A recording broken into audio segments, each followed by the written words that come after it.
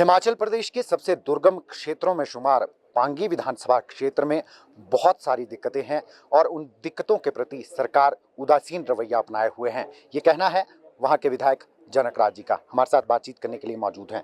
जनक जी, आपने बड़े गंभीर आरोप सरकार पर लगाए हैं कि अनदेखी पूरी तरीके से आपके विधानसभा क्षेत्र की जा रही है। कौन कौन सी ऐसी सुविधाएं हैं जो आज तक नहीं मिल रही हैं वहाँ के लोगों को? मेरे विधानसभा क्षेत्र में सड़क, स्वास्थ्य, शिक्षा, बिजली आपूर्ति, पीने का पानी, प्रशासनिक अधिकारियों के पद, अस्पतालों में खाली पद, समय पर दवाइयाँ नहीं मिलना, समय पर एम्बुलेंस नहीं मिलना, पानी नहीं आना, अनेकों ऐसी समस्याएं हैं जिनसे लोग जूझ रहे हैं। और हमें दुख इस बात का लगता है कि हम जो भी प्रयास कर रहे हैं उन प्रयासों पर सरकार की ओर से कोई भी योगदान हमें नहीं मिल रहा। आपने क्या मुख्यमंत्री के समक्ष भी समस्याएं उठाई? विधानसभा में भी आपने उठाई थी समस्याएं, अभी तक कोई हल नहीं हुआ? अनेकों बार, एक बार नहीं अनेकों बार हमने व्यक्तिगत तौर पर भी सरकार से इस विषय को उठाया, हमने विधानसभा के भीतर भी उठाया। निरंतर हम बीच बीच में मीडिया के माध्यम से भी इस विषय को उठाते रहते हैं, परंतु सरकार सोई हुई अवस्था में है और सरकार के कानों पर अभी तक कोई भी जूं मेरे विधानसभा क्षेत्र की समस्याओं को लेकर अभी तक नहीं रेंगी है। मुख्यमंत्री का दौरा था, 15 अप्रैल को मुख्यमंत्री आपके विधानसभा क्षेत्र में थे, रात को भी वहीं रुके, कई घोषणाएं मुख्यमंत्री ने की थी। क्या कोई घोषणा सिरे नहीं चढ़ी? केवल एक जो महिलाओं को कुछ किस्त पैसे देने की बात है, वो भी इन्होंने इधर उधर से बजट डाइवर्ट करके एक किस्त दे के ये हम मुक्त हो गए हैं। बाकी अन्य कोई भी घोषणा जो है वो धरातल पर अभी तक तो नहीं उतरी है। और जो भी उद्घाटन करके आए हैं उन बिल्डिंगों को जनता के सेवा के लिए जो कमीशन करना था, और उद्घाटन का यही रीजन होता है, परंतु उद्घाटन के बाद भी वो बिल्डिंगें मेरे विधानसभा क्षेत्र की जमीन पर सफेद हाथी की तरह खड़ी हैं और किसी उपयोग में नहीं लाई जा रही। सबसे बड़ी चुनौती क्या है? क्योंकि दुर्गम क्षेत्र है, हिमाचल प्रदेश के सबसे दुर्गम क्षेत्रों में शुमार है पांगी।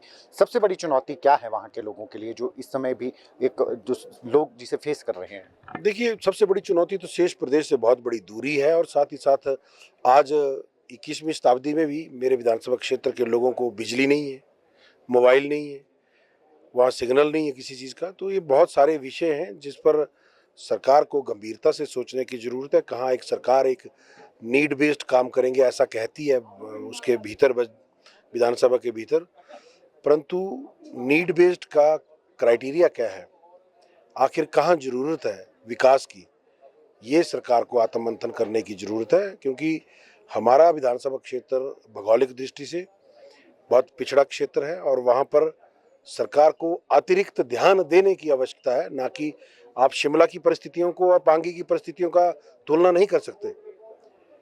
तो जो बच्चा शिमला में पढ़ रहा है, जो बच्चा पांगी में पढ़ रहा है, उसके एजुकेशन का स्तर देखिए। जो पांगी में आदमी बीमार होता है उसको क्या सुविधा मिलती है, और शिमला में जो व्यक्ति बीमार होता है उसको क्या सुविधा मिलती है, आप अंतराल देखिए। तो संविधान ने जो लॉ ऑफ इक्वलिटी, समानता से जीने का अधिकार जो है, हमारे उस अधिकार का हनन हो रहा है। ये मेरा प्रत्यक्ष आरोप है इस सरकार पर।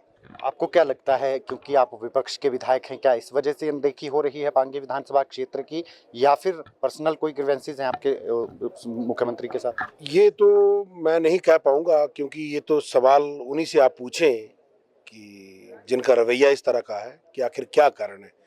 और पर्सनल क्या होगा, हमारी कोई जमीनी लड़ाई तो है नहीं।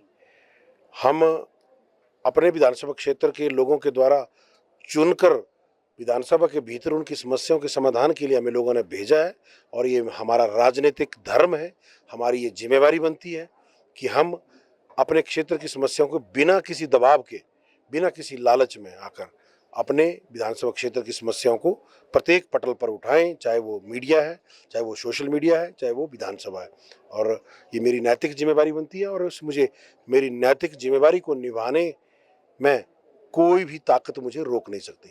अगर चिकित्सा का, क्योंकि आप खुद एक प्रोफेशनल डॉक्टर हैं, चिकित्सा की अगर बात करें, हिमाचल प्रदेश में आए दिनों हम सुन रहे हैं कि 50 से अधिक दवाओं के सैंपल फेल हो रहे हैं, हिमकेयर का लाभ नहीं है जो प्रदेश में पात्र लोगों को नहीं मिल पा रहा है। किस तरीके से देखते हैं, क्या पूरे तरीके से पटरी से उतर गई है हिमाचल प्रदेश की स्वास्थ्य व्यवस्था? इस वक्त स्वास्थ्य विभाग खुद बीमार है, और ये मेरा तो विनम्र आग्रह है सरकार से कि कृपया करके ऐसा ना करें, थोड़ा ध्यान दें। क्योंकि गाए बगाए कभी ना कभी इस व्यवस्था में हम सब लोगों को आना पड़ेगा, सत्ता वालों को भी आना पड़ेगा, विपक्ष वालों को भी आना पड़ेगा। और ठीक है, जो रूटीन प्लानिंग वाला ट्रीटमेंट है उसमें तो आप चूज कर सकते हैं कि मुझे दिल्ली में इलाज कराना है, मुझे वहाँ जाना है, मुझे वहाँ जाना है। परंतु गंभीर आकस्मिक स्थिति में जो किसी के साथ भी घटना घट सकती है, चाहे वो एक्सीडेंट है, चाहे वो हार्ट अटैक है, चाहे ब्रेन स्ट्रोक है, इस तरीके की जो गंभीर आकस्मिक होने वाली चीज़ें हैं वो किसी के साथ भी और किसी भी स्थान पर घट सकती हैं। तो कृपया करके कम से कम व्यवस्था का इतना रूप ना बिगाड़ें कि कल को अगर आपको ही वहाँ जाना पड़े तो आप भी खामियाजा उठाएं। अभी ये थोड़ा हटके प्रश्न है। विमल नेगी जो मौत मामला था उसमें कोर्ट में जिस तरीके से पुलिस की कार्यप्रणाली पर सवाल उठाए गए और आज एसपी शिमला ने प्रेस कॉन्फ्रेंस की और उन्होंने डीजीपी को ही निशाने पर ले लिया है, किस तरीके से देखते हैं इस समय अफसरशाही की दिशा किस तरफ जा रही है? तो माननीय कोर्ट ने तो कल स्पष्ट तौर पे कहा है कि ये इनडिसिप्लिन की पराकाष्ठा है। तो एक सबऑर्डिनेट अफसर बड़े अफसर्स की बात को ना माने तो ये व्यवस्था पतन है, व्यवस्था परिवर्तन नहीं है। एसपी शिमला ने भी डीजीपी पे आज आरोप लगा दिया। मैं वही कह रहा हूँ ना, देखिए बात तो एसपी और डीजीपी की नहीं है। किसी भी सरकारी व्यवस्था में सबऑर्डिनेट अधिकारी की ये जिम्मेवारी, नैतिक जिम्मेवारी होती है कि वो अपने हायर ऑफिशियल के द्वारा दिए गए ऑर्डर्स का पालन करे और किसी भी परिस्थिति में अपने हायर ऑफिशियल जो है उनको बाईपास ना करें, उनको क्रॉस ना करें।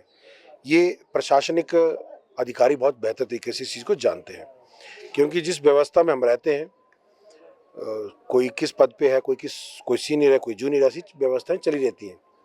परंतु जब एक सबऑर्डिनेट अधिकारी अपने बड़े अधिकारी की बात ना माने या उनके खिलाफ इस तरह के सार्वजनिक मंच पे ऐसी बातें करने लगे तो आम जनमानस पे क्या प्रभाव पड़ेगा।